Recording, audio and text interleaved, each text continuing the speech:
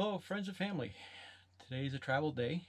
We're leaving FD Roosevelt State Park and heading to Natchez Trace RV Campground in Hohenwald, Tennessee. Looks like it's going to be a beautiful travel day. Why don't you come along for the ride? I'm just gonna drive.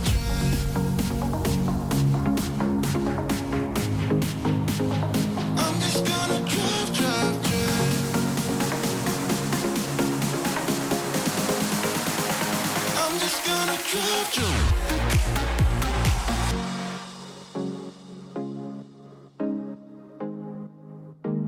I'm just gonna drive. I'm just gonna drive.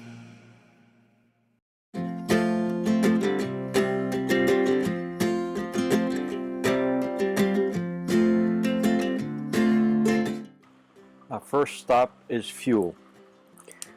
Our rig uses diesel, and I like to use the truck stops because they give us a lot of room to maneuver, and there's not much chance of me making the mistake of putting gasoline in my tank instead of diesel fuel. I don't know if the truckers really like us being there, so we fuel up and get out of the way as quickly as we can.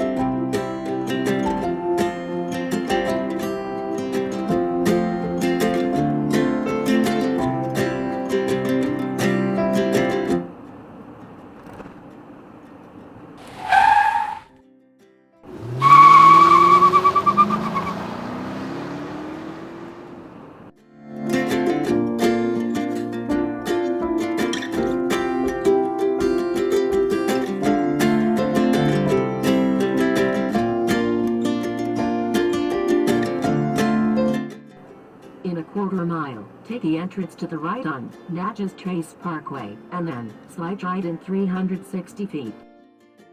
When the campground had called us the day before, they had warned us that the Natchez Trace Parkway was closed due to snow. So of course our navigation system wanted us to take that parkway. We had to stop and use Google Maps and find a way around. We use RV Trip Wizard when planning our trips, and then transfer the trip to our onboard navigation system. But for whatever reason, it didn't follow the same route that RV Trip Wizard had laid out. So that's a lesson learned. We'll have to pay closer attention to that in the future. Both systems are RV aware, which means that they take into account the height of the RV so that we don't get navigated or routed through low bridges. Warning, bridge, or tunnel with vertical clearance violation ahead. We were aware of a low bridge in the area, so we had concerns once we got back on the road that we would come across that low bridge. As it turns out, that low bridge was on the road that the RV park is on, but it was after the RV park entrance, so we were good to go. One thing I don't like about our onboard navigation is that it gives us warnings without consideration for what turns we're going to take. So in this case, we got the warning of the low bridge, but that low bridge was after the RV park or after our destination, so it kind of gave us a start because we were committed going down this road and we didn't want to have to turn around. It would have been nice if it didn't bother telling us that there was a low bridge in this case, because it was after the park entrance. Once we got into the park, we could see why they suggested that we delay getting there. The park had just barely been plowed. Not usually a problem for us New Englanders, but we didn't really want to risk too much with our RV, having not really traveled with it in the snow. But for the most part, the roads in the park were plowed at least, but not so much where the campsites were. They hadn't been plowed at all, so they were a slushy, snowy mess. Well, relying on good tires and a steady hand, we pulled forward and disconnected the Jeep, and were able to back into our site without any problems.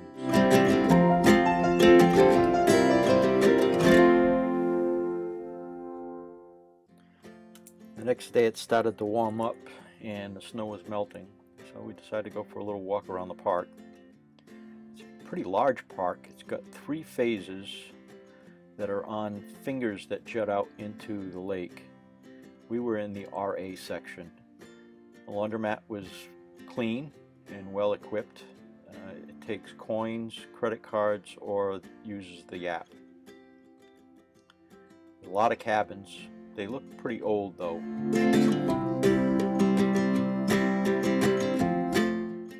The roads that connect the different phases of the park have very steep hills, so it was a good workout. It looks like somebody wasn't following the weather reports.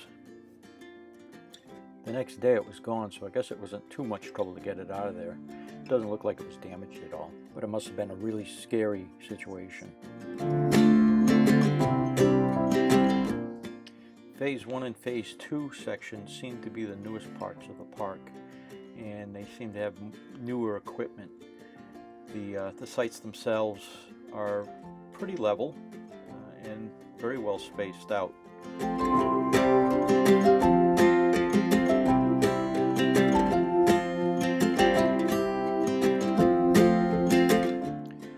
were in Site 16 in the RA section, which is the closest to the gate. So it was a pretty good site. We had a cement pad and a deck, but it was pretty steep getting to the hookups. The hookups were on the side of the hill. I guess this is their attempt to provide mostly level sites, because the site itself was extremely level. It's just that it was built on a pile of gravel, and the utilities were at the bottom of the hill, so you had to scale down the side of this hill basically to get to your water and electric.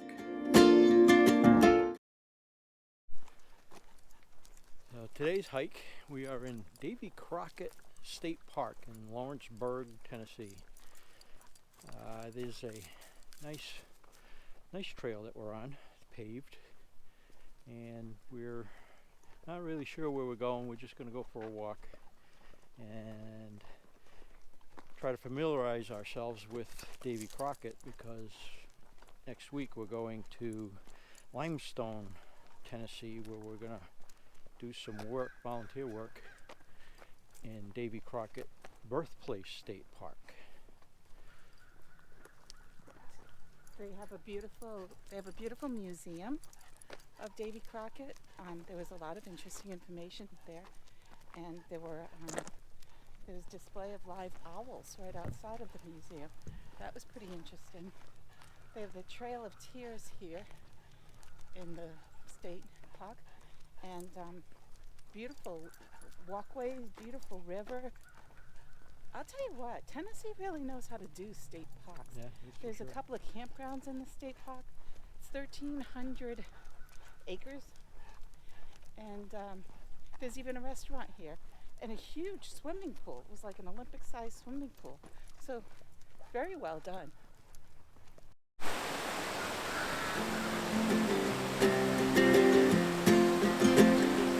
We got time on our side. We're in a state of hope. I need you on my fire. I want you to know that every time you're away, I long for you so much I can find my way. We got everything here, at least to stay alive. And the time that we share makes it all worthwhile. Got this place on our own. Do you feel that we got something strong? And I saw you walking the line, and the truth may come as a surprise that we I feel alive. You'll be the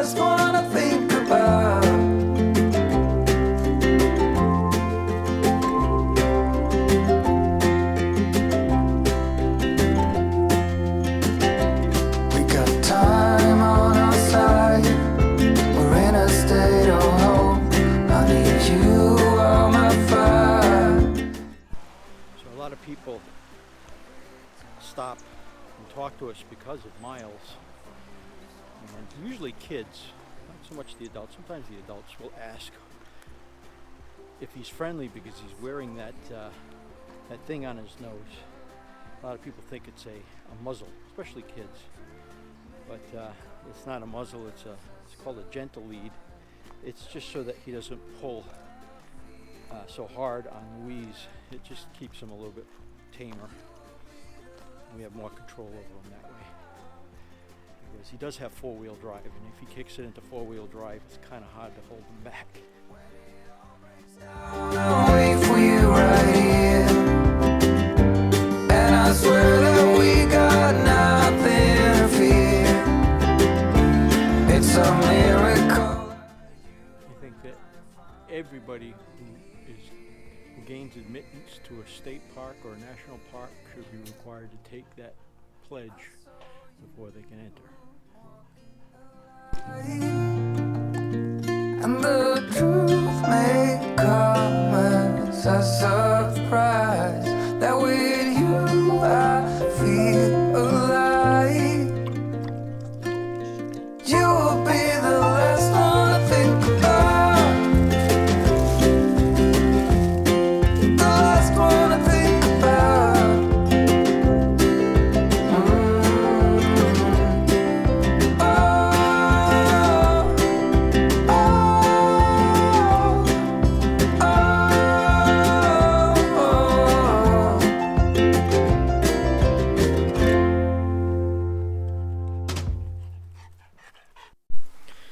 Today we're going to hike on Meriwether Lewis Loop Trail, which is off the Natchez Trace Parkway.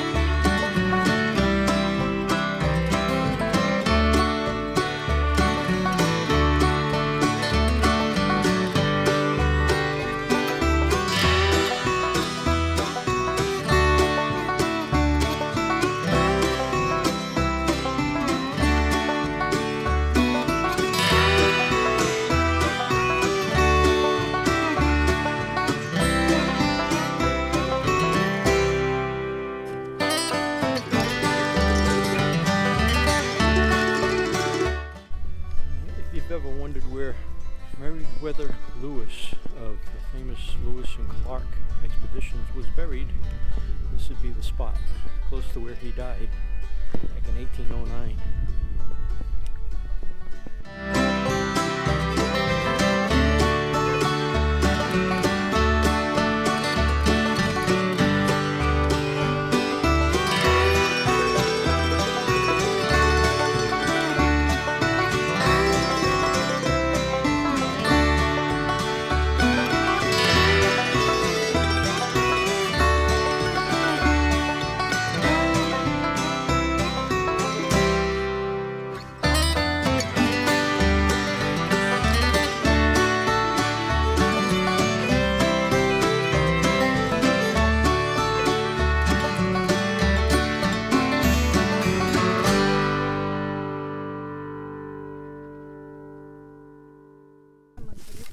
Good boy.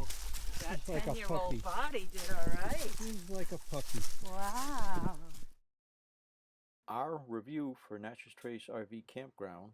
The pros: it's a big park with 531 sites, and it's very close to the scenic Natchez Trace Parkway.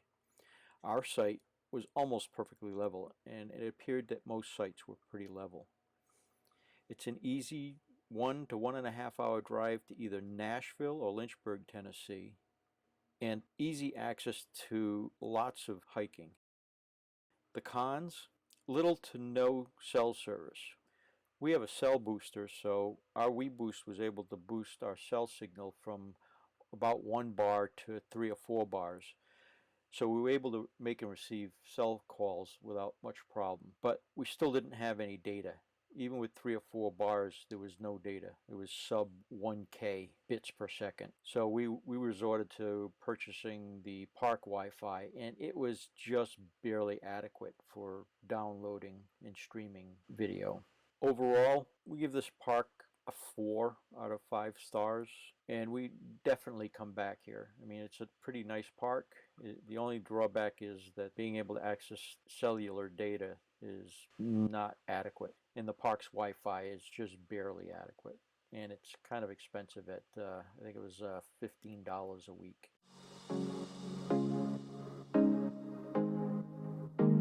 I'm just gonna drive, drive, drive. Don't forget to subscribe to our channel, click that little bell, and hit that thumbs up.